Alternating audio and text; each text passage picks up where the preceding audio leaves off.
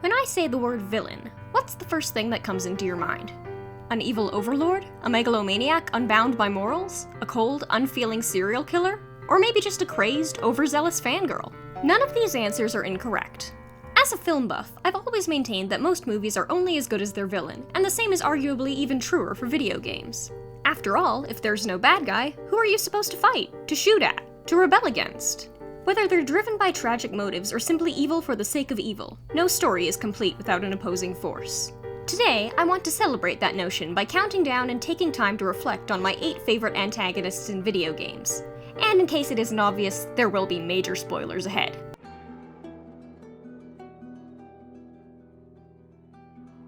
As beautifully crafted as the story might be, The Last of Us isn't exactly the sort of game that comes to mind when you think of standout villains. Between the clickers, bloaters, runners, and hunters, it seems more like the antagonist is the apocalypse itself. That all changes abruptly, however, once the winter chapter begins. You find yourself playing as 14-year-old Ellie for the first time, completely alone and fending for herself when you first encounter David and his group. From a larger group. Women, children. They're all very, very hungry. His soft voice and friendly mannerisms immediately come off as more threatening than anything else in such a cold, harsh world, and even a section of gameplay together isn't enough for Ellie to trust him. Turns out, this is for a good reason. He said that the others had been, slaughtered by a crazy man. And get this, he's a crazy man traveling with a little girl. Not only are his merry band of cannibals out for revenge, but David himself has his eye on Ellie for particularly insidious purposes. She deals with him in her typically awesome, Ellie-esque fashion, but it's clear in the following sequences and the trailers for the sequel that the experience has had a deep impact on her. At this point, you might be asking yourself, Kate, why did you put a cannibalistic pedophile so low on the list? The honest answer to that is, it's just too damn easy.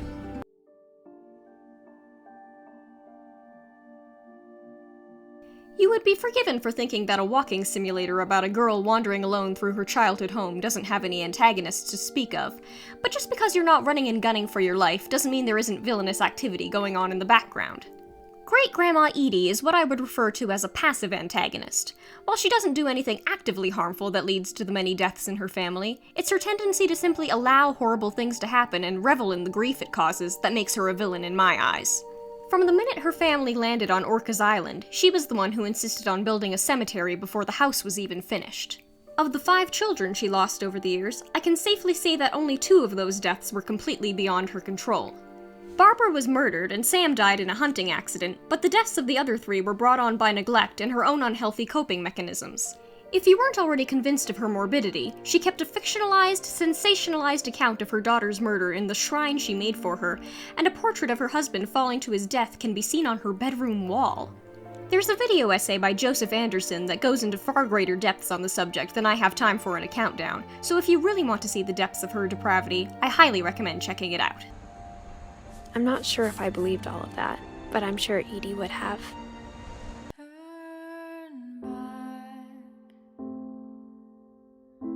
Unless you're paying close attention from the very start of the beginner's guide, Davey Wreden's villainy serves as something of a slow burn that the player comes to gradually realize over the course of the game. It's only natural to be trusting of the narrator, after all, especially if you've already played the Stanley Parable and happen to know that Wreden is not only a game developer, but also a very real person. It's easy to take him at his word as he goes into the details of his friendship with fellow game designer Coda, especially when he gives his own personal email address at the beginning of the game. For my girlfriend and myself, the red flags started popping up in his introduction to the beginner's guide. And that's why I've taken this opportunity to gather all of his work together, is because I find his games powerful and interesting, and I'd like this collection to reach him, to maybe encourage him to start creating again. What kind of person, let alone what kind of friend, would put someone else's games on Steam without their permission for their own profit? The troubled nature of his relationship with Coda only becomes more apparent as he tries to psychoanalyze and tamper with his friend's work, making it clear that Coda has no interest in his meddling and wants nothing more than to be left alone. By the time he comes to this realization on his own, his subsequent breakdown makes it obvious to the player that this fictionalized version of Wreden is nothing more than a pathetic, lonely stalker who relies on the work of others to define himself, no matter the personal cost. Please, start making games again. Please help me. Please give me some of whatever it is that makes you complete. I want whatever that wholeness is that you just summoned out of nothing and you put into your work. You were complete in some way that I never was. I want to know how to be a good person. I want to know how not to hate myself. Please. I'm fading, and all I want is to know that I'm going to be okay.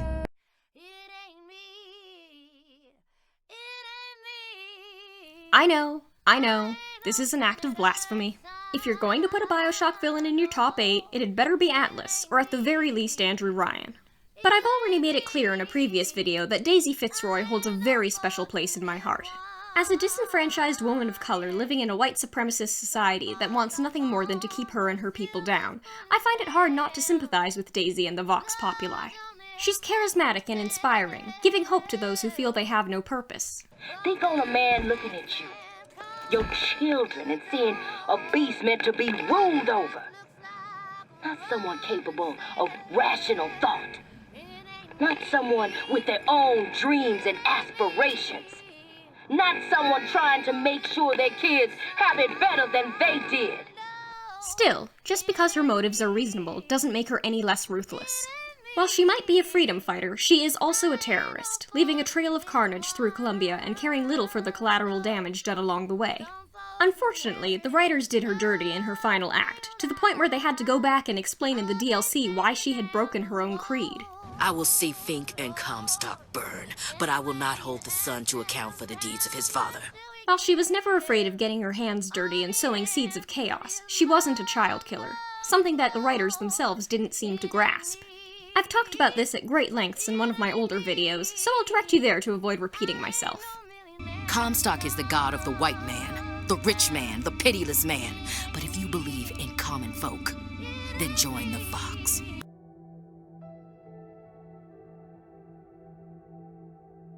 Over the course of 3 games, the Dragon Age franchise has become somewhat well known for its last-minute betrayals from people you have come to trust. While Morrigan's ulterior motives came as no surprise, and Anders' secret agenda was something of a knife to the heart, none of these affected me the same way as finding out that a certain sleepy bald egg was the Dreadwolf I had been hearing about since the game's first installment. They set you up for heartbreak. As soon as you meet Solas, the first thing you learn about him is that he's been keeping you alive as the mark on your hand spreads. He becomes your go-to source of knowledge on sealing the rifts, and if you happen to be playing as a female elf, knowledge might not be the only thing you're going to him for. So what does this mean, Solas? It means I have not forgotten the kiss. Good. It's easy to brush his eccentricities and massive ego aside when you're deep in a romance with him, but the honeymoon phase comes to a crashing halt when, after offering to remove your tribal markings, he promptly dumps your ass and disappears after the final battle. Then he just up and murders the elven goddess Mythal, and when you finally track him down in the Trespasser DLC, he reveals he was planning to destroy the world this whole time. After luring you in with that Welsh lilt, he erases your face and outs himself as the ultimate genocidal maniac. Suddenly your worst breakup doesn't seem so bad, does it? Solas, whatever you want this world dying is not the answer. Not a good answer, no. Sometimes terrible choices are all that remain.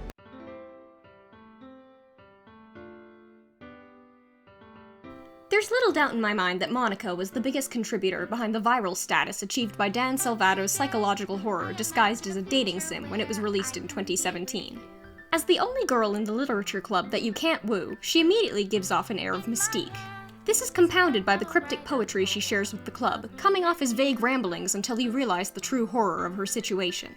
MONIKA is nothing more than a character in a video game, and that reality is driving her to increasingly desperate, violent measures.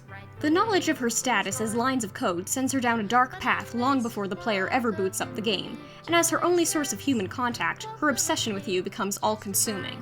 Tampering with the code to make her fellow characters the least likable versions of themselves, she drives 2 of them to suicide and straight up deletes the other. It's only when you take a page out of her book and delete her conveniently located character file that she sees the error of her ways, writing herself out of the script and ultimately deleting the club altogether when she realizes the cycle will only continue without her. While her actions are inexcusable, I can only imagine the existential horror she lived with every day that drove her to this point. If I can't hear the sound of your heartbeat, what do you call love in your reality? And in your reality, if I don't know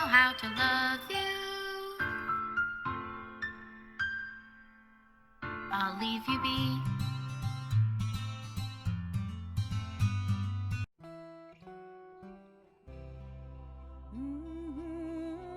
A villain who truly needs no introduction, Dutch van der Linde served as the main antagonist in not one, but 2 games in the Red Dead series. While he was certainly memorable in Red Dead Redemption, it's in the prequel where he's really given the chance to shine. As the leader of the van der Linde gang, he drags his loyal followers from one disaster to another in search of that final big score that will set them up for life. But we are safe. We make a bit of money here, then we move again, head out around them, be west of Uncle Sam, in a few months, buy some land. This is exactly where the problem lies. For all his charisma and bravado, Dutch is not only a terrible planner, but a questionable leader. Long before he goes down the path of madness, his behavior reveals him to be a hypocrite. We have lofty goals, Arthur. We're trying to reform society to a kinder, truer, better way. Now, of course, there's gonna be casualties. As much as he might believe his whole Robin Hood narrative, the truth of the matter is that he's the only member of his gang that dresses fancily, keeping all the luxuries for himself and never once contributing to the camp's earnings. One particularly telling gameplay mechanic is that it's impossible to make any upgrades to the camp before you've improved Dutch's tent with money out of your own pocket. Anyone who's played Red Dead Redemption can see this fall from grace coming, but I doubt anyone expected the seeds to be planted so early on. From there, it's little surprise to see him devolve into a madman who demands faith and loyalty from his men, but shows them none in return. Loyalty, Arthur, it ain't. I had a goddamn plan!